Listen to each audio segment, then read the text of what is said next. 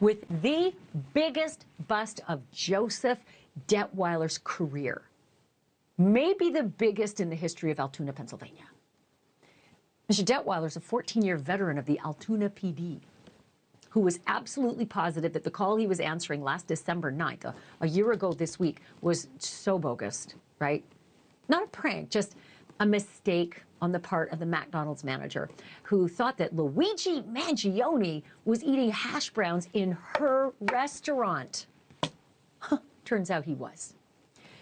Today, the alleged killer of Brian Thompson, the CEO of United Healthcare, that guy right there, Luigi Mangione, was back in a Manhattan courtroom and was dressed again to the nines for all of his fans. He strolled in at 9:51 a.m. today wearing a black suit and a powder pink shirt.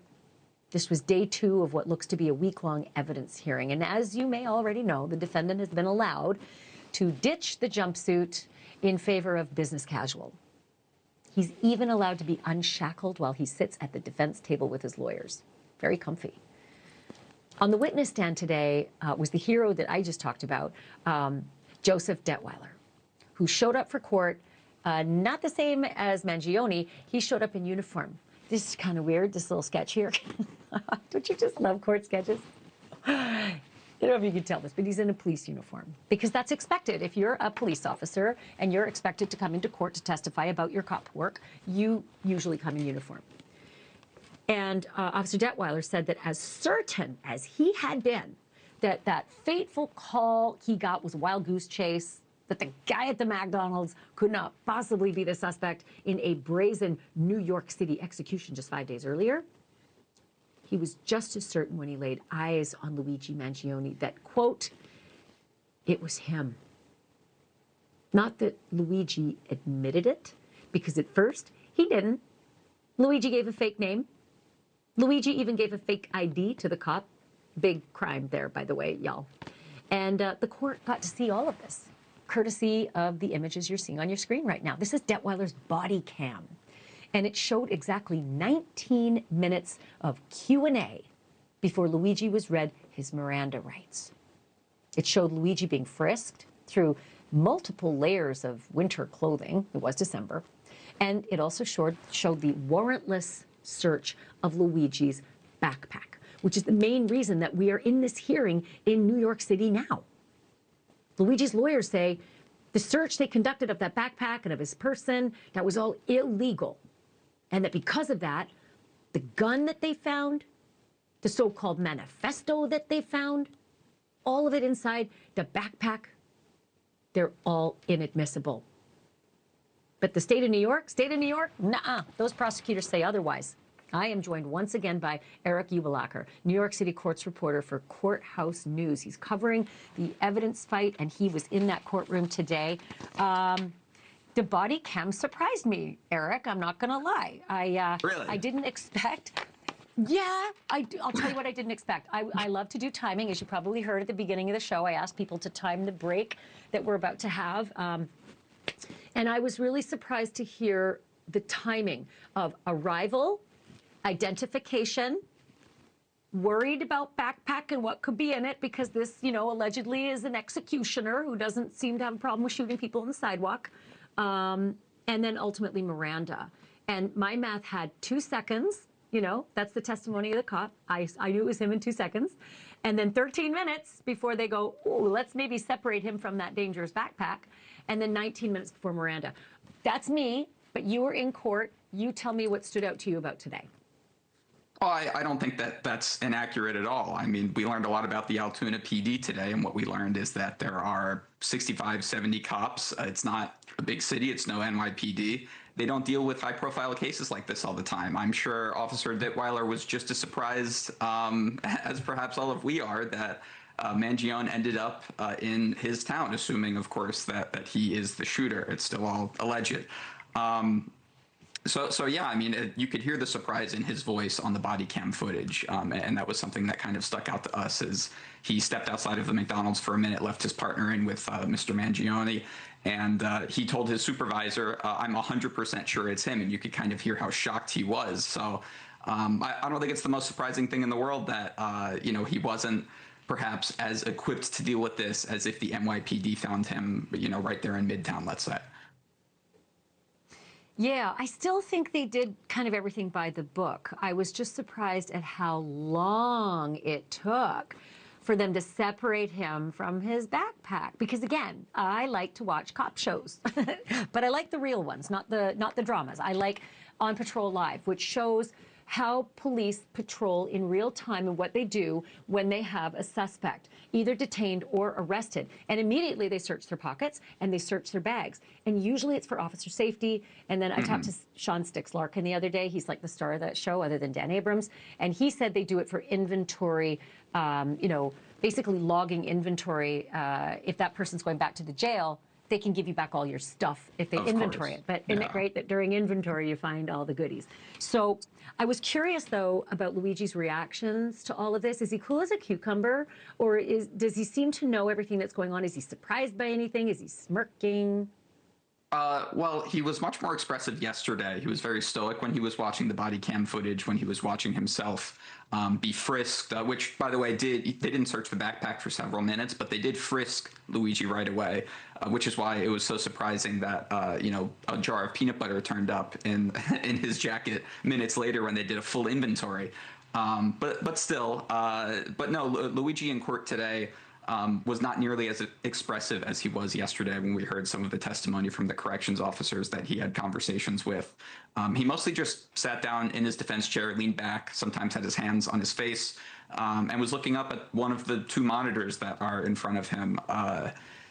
We saw the video of the killing again, did not have much of a reaction at all that I could see. We saw the entirety of the body cam footage. We saw it from multiple different angles. Not much of a reaction from him at the defense table. Let's talk a little bit more about that peanut butter, because that also had me a little flummoxed today. Maybe he thought, I'm going to be on the run for a while. I might not want to go into a restaurant or anywhere where there's cameras, but I do need protein, and I don't want to be hungry, and I like peanut butter. So he had the jar of peanut butter on his person. He had 3 layers of clothing, which also interesting. He's on the run, maybe doesn't want to have a lot of luggage, just a small backpack, so he wore most of his clothes. He had a knife, maybe for the peanut butter. He had a piece of string, which was interesting, a blue and white wallet, not weird, and lots of money, Erik Uebelacker. He had a couple thousand, including foreign currency. Did they make much hay of all of those contents? They really didn't. That kind of came up towards the end today. I'm not sure how much we're going to get into that. I, for one, was surprised how much American currency he had on his person, because we've all been reading for weeks in court filings that they did recover that foreign currency, and we made a lot of it. I did not expect rows of $100 bills, several $1,000s, all in hundreds, with just a small stack of foreign currency that I couldn't identify from where I was sitting. So that was very surprising. The peanut butter, your guess is as good as mine.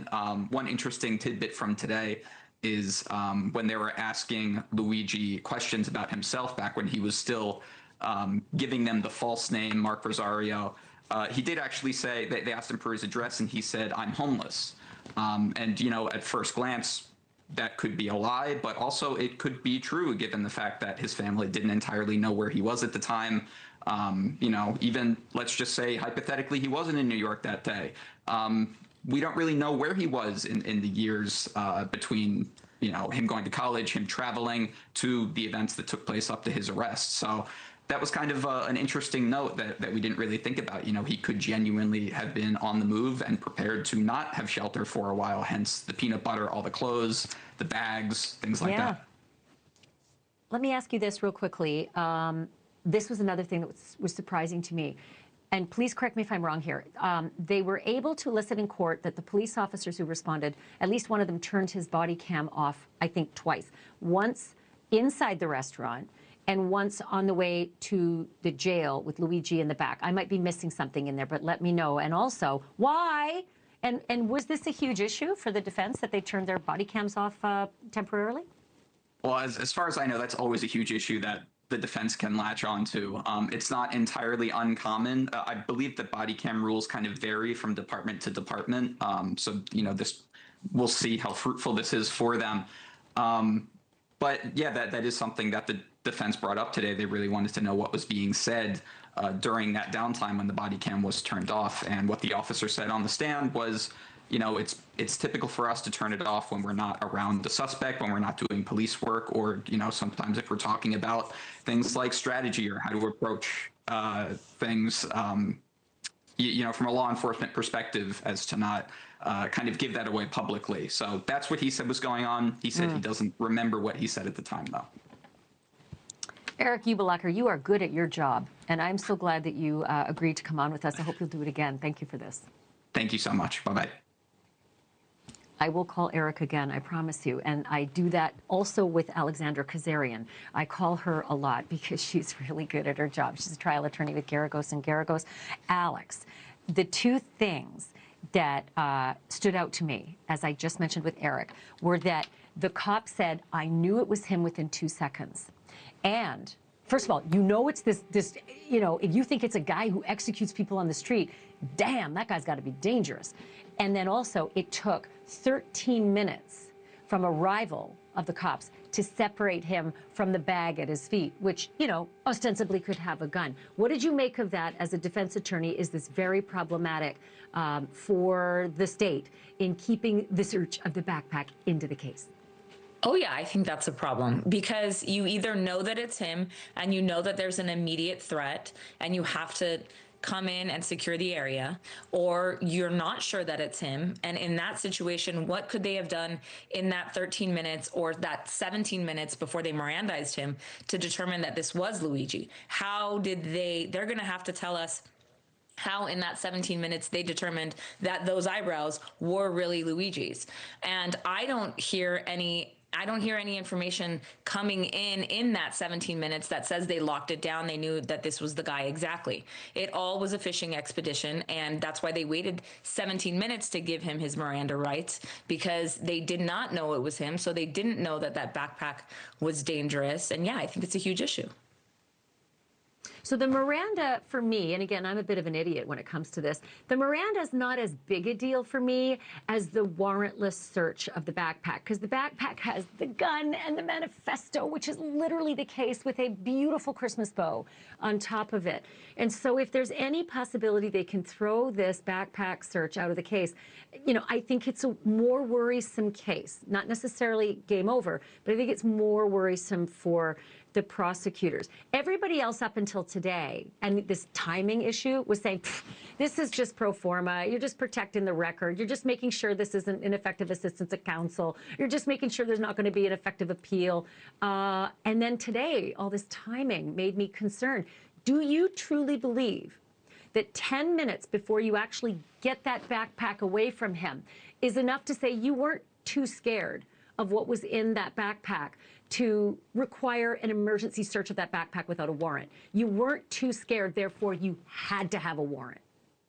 So this is why our legal system is beautiful, right? Because we have 12 jurors that are going to have opinions on the evidence in sometimes 12 different ways. And, I think that not Mirandizing him for 17 minutes and talking to him there is a huge issue. And if you were on the jury, you would be stuck on that backpack. And I think that the police are giving the prosecution the problem of having to argue two inconsistent theories. And there is law that says that the prosecution cannot argue two different theories of prosecution. So that's one of the questions. And I know I'm getting into the weeds here, but this is going to get very, very complicated. And there are going to be arguments that the defense is going to make that are going to be foreign and hard to follow. But the prosecution cannot argue both that they were in imminent fear, the officers, and that they needed to wait to figure out what was going on. That is exactly the issue. And that's why we have lay people on the jury instead of professionals, because even though you don't know the law, you've honed in on the actual exact issue. Is that how can you forego his constitutional rights to be free of illegal search and seizure without a warrant if you are not scared enough to take that backpack within minutes, within seconds? So I have 20 seconds left, but I have to ask you the question. I don't think it matters, but it was just weird. They did not keep the food wrappers. They didn't keep the food wrappers from Mangione's food that he was eating. Does it matter? Well, if you have a juror on the jury that says, where's the DNA? How do we know that how do we know that that was him? How do we know that that was him at the scene? And how do we know that that was him at McDonald's? Sorry. You like that? That's do. Texas. That's the Texas. I spent 5 years in Texas, and I always call it the McDonald's. I could not be on here without making poking a little fun.